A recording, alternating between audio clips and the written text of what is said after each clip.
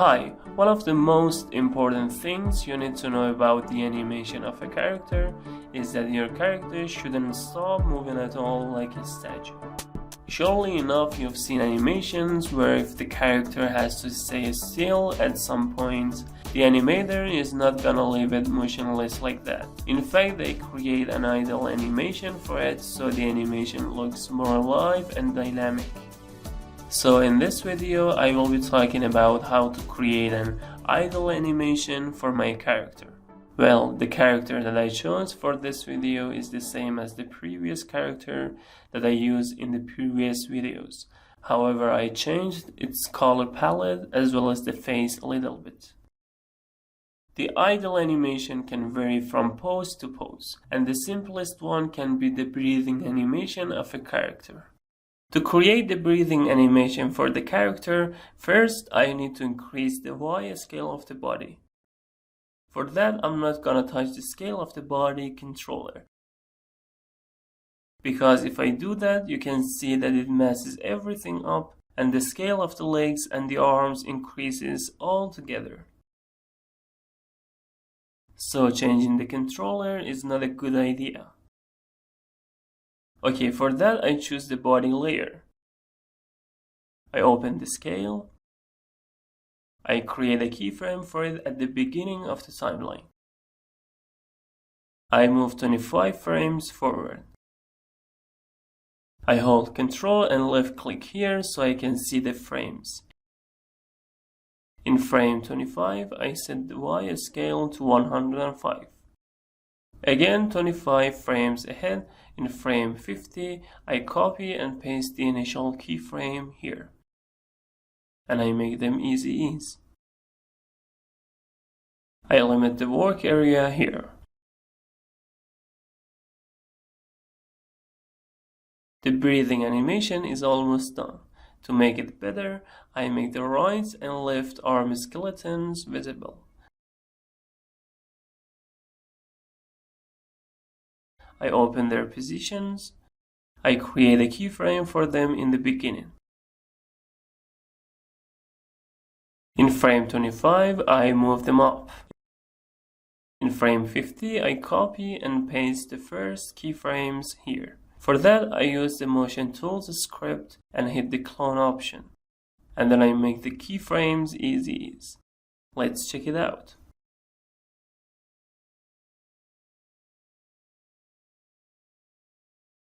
For the arms not to constantly change, I select the controller of the hand and I disable the eye key.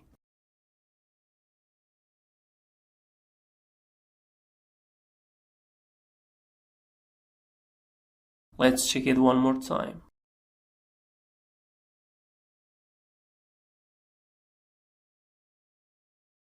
After that, let's work on the neck. I open its position, I create a keyframe for it here. In the beginning, the neck is located here. So in frame 25, I move it up so it looks like this. And in frame 50, I just copy and paste the first keyframe. After that, I work on the neck controller so I can move the head using it. In the beginning, I create a keyframe for it. In frame 25, I move it up. And in frame 50, I copy and paste the initial keyframe. And I make them easy. Let's see how it turned out. It looks good for now. To make the animation of the body better, I make the controller of the body visible, as well as its position. I create a keyframe for it here. In frame 25, I move it over here and a bit up, so when the character breathes, it goes back a little bit.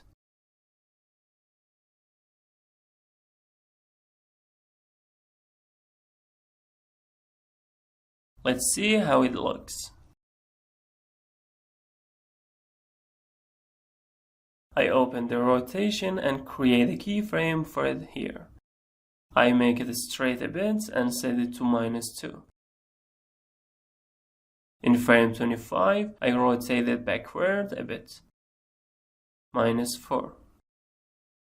And I copy and paste the initial keyframe at the end.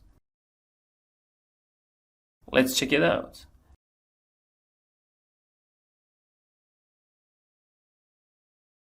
It looks better. When the indicator is on a keyframe, I select the position of the body and move it down a bit, so the legs look bent.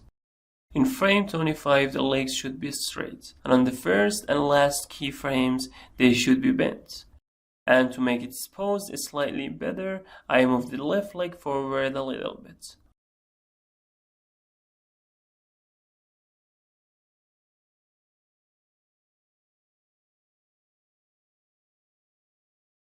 I move the body down a little bit, so it looks bent.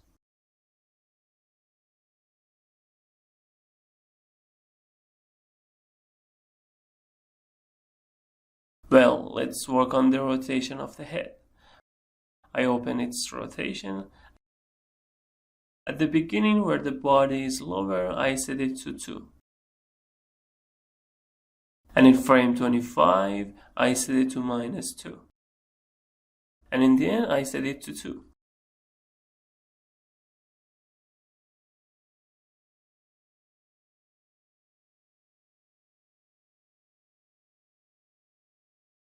Then I loop it.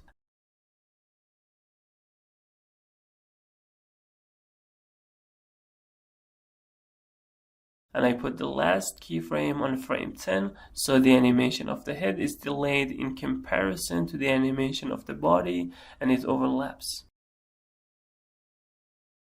Well, let's animate the arms. I select the right arm controller. In FK, individual control, I bend the arm a little bit. I set this to -10. I create a keyframe for upper. I hit U to see its keyframe. I move it in the beginning. In frame 25, I rotate it back. And in frame 50, I copy and paste the initial keyframe. And I make them easy ease. Then I loop it.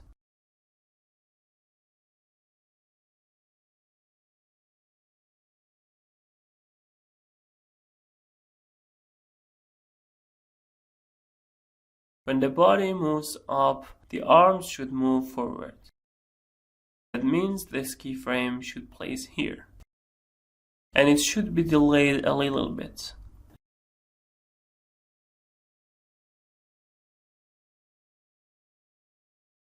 And at the end, I'm going to animate the eyes and eyebrows. I enter the head layer. Here I made a groove for the eyelid, so when I appear this, it creates a blinking animation. I don't want to create blinking animation by using its opacity. That's why I go to the group.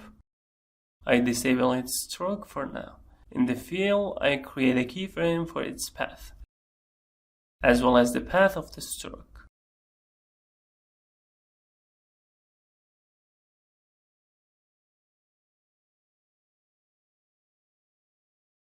After 3 frames, I select these 2 points and move the eyelid up.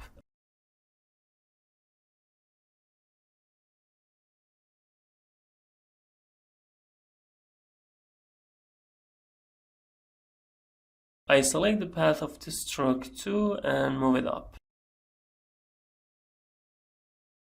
Well, after I created the keyframes, I choose all 4 keyframes and reverse them, so the eyes would be open in the beginning.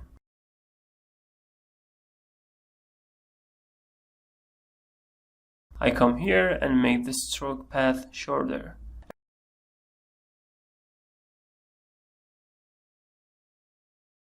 And here in transform, I set the opacity to 0. And 1 frame ahead, I set it to 100. I select the layer and hit U. I go 3 frames forward. I duplicate the closed eyes keyframes.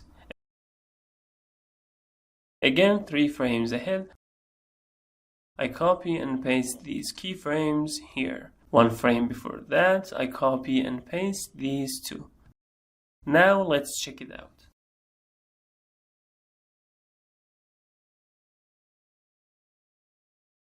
Okay, now let's work on the eyebrows.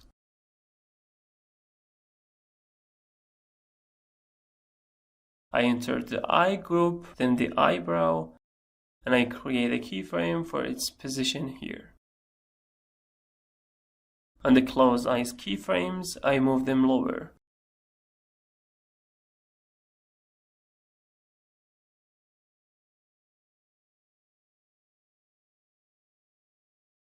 I copy and paste these keyframes and reverse them.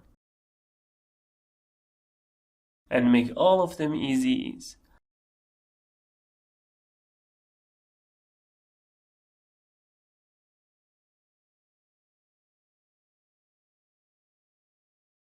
Let's check out the animation. It looks great.